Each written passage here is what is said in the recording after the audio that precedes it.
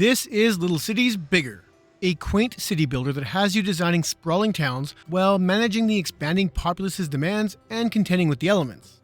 This releases March 12th, 2024 for the PSVR 2 headset for $25 US and is also available on Quest headsets as well. I already checked out the launch version on the Quest 2, so let's take a deeper look at what's included in this complete version of the game.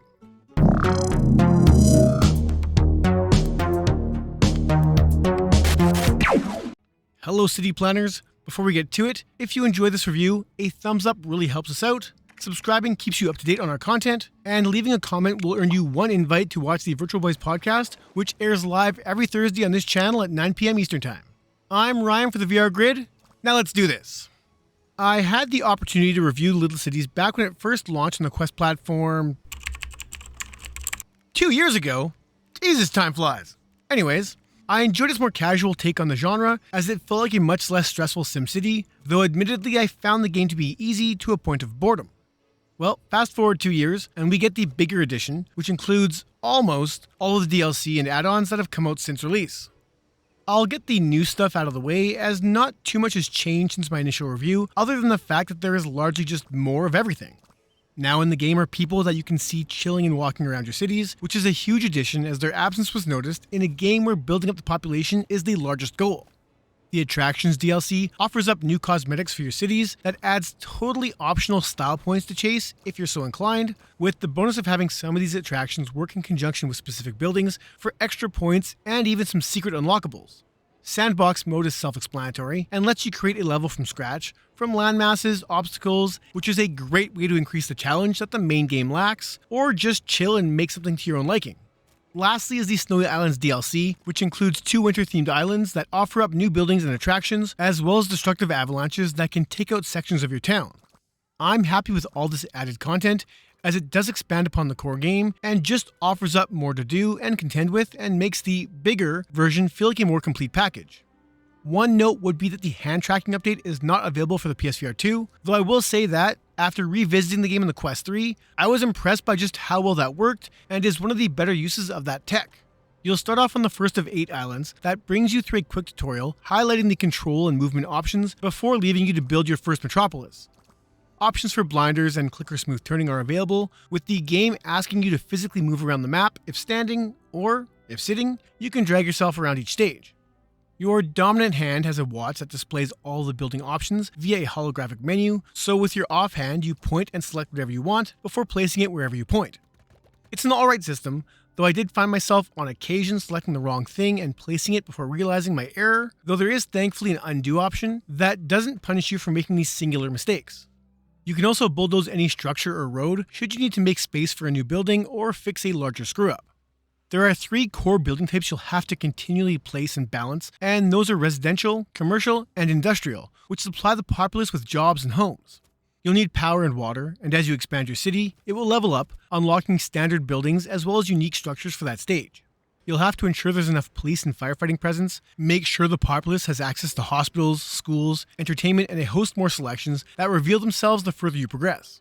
Each stage has sections of the map blocked off until you increase the population size to the next level goal, with some stages having unique obstacles that require special building options to deal with, like dust storms, mountains that block cell signals, and even a volcano. Money is earned every week, roughly 25 seconds of game time, and to finish a stage, you need to maximize your level to unlock the City Hall building and place it. All the details regarding income, population count, resources, and any notifications are handled by your smartwatch and can be easily accessed by simply looking at your main hand. It can feel a little complicated at first, but it really didn't take me too long at all to get comfortable with the game loop, and that's where the problems arise. The core goal is to expand, unlocking that next level that will reward you, typically, with new building types, and while balancing all the other buildings, utilities, and facilities is still important, doing so is never challenging, as your wristwatch displays which types are needed to grow your population to keep them happy. After the first stage, I had this game loop down to a science, creating roadways, building districts, ensuring I had enough water and power, and most importantly, leaving gaps in my city for those future unlocks. I would build to a point, and then just sort of waited for the game to catch up to me, building as needed, but really just waiting for the next unlock. Once I got it, I would place it, and then depending on if more than one of that building was allowed, add a few more basic buildings and wait again. There are no significant natural disasters to speak of outside of the stage-specific volcano eruptions and avalanches, which might destroy a couple of buildings, but repairs and rebuilding were never too much of an issue. There is no economy to balance or really resources to run out of, just build a city, expand, and build some more. Starting a stage was always the most fun part, with these snowy stages offering a little more challenge, and should you choose, you can make your own stages or play in randomly generated ones, though I wish there was an online component that let users share their custom-made islands. Don't get me wrong, it's not a bad game, and the DLC does improve the experience, but if you are looking for any real challenge, you'll have to make those stages yourself. But for more casual players, there's a lot to like here.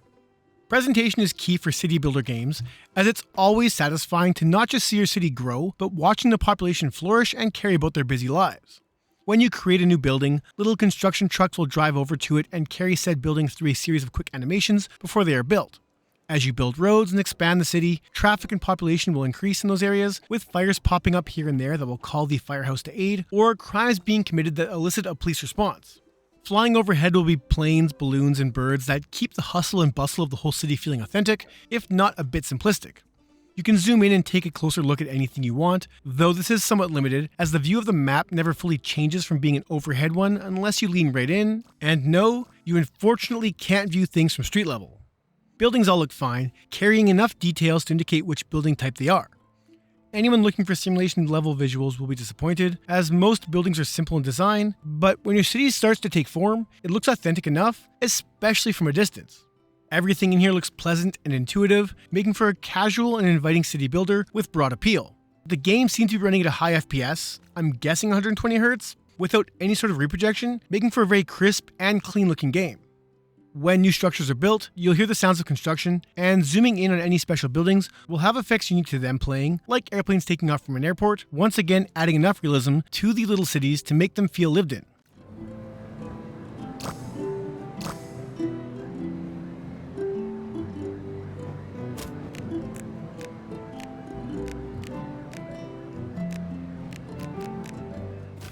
In fact, 3D audio is fantastic, as I often heard the approach of a hot air balloon or airplane flying close to my head, and could even hear the distant sounds of a fire truck responding to a fire, making every city sound lived in and busy. I always refer to that friendly background music as elevator music, and that description is as apt as any for what can be heard here, with some very chill, almost folky instrumental tracks, adding to the overall friendliness of this little game. Little Cities advertises itself as an accessible and relaxing city builder, and it is exactly that. There's no real pressure to build or crisis to handle, just expand as you like, and if you screw up, there's no real punishment. Just demolish, place what you need to, and keep expanding. It's great for casual players who are just looking to dip their toe in the genre, or are looking for a chill VR title. The included DLC does offer ways to make the game more challenging, but that will rely largely upon the player having the drive to build their own custom maps. There is 8+ hours of campaign content in here, with sandbox mode effectively making this game endless, and while I wasn't always having fun with the game, I was engaged enough to justify the full asking price for this casual and charming title. I'm going to give Little Cities Bigger a 7.5 out of 10. Despite my misgivings, I still had fun with this, and the last 2 years of updates have made this game better overall. If you enjoyed this review, don't forget to do all the YouTube things to help us out, and that's it for this one. Thank you so much for watching.